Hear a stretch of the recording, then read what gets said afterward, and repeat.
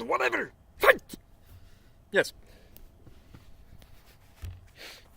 Let's see what happens.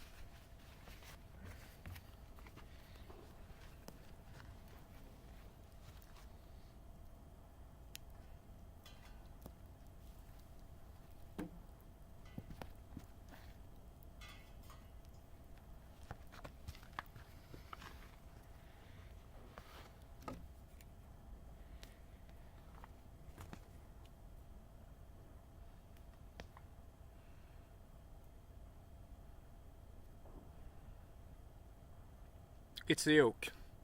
44. So yeah.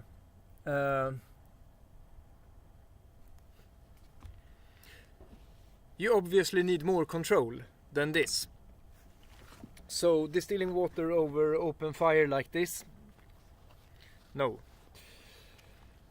I'm going to do some kind of oven situation and have a flat metal surface over the fire and get way more control and see what happens.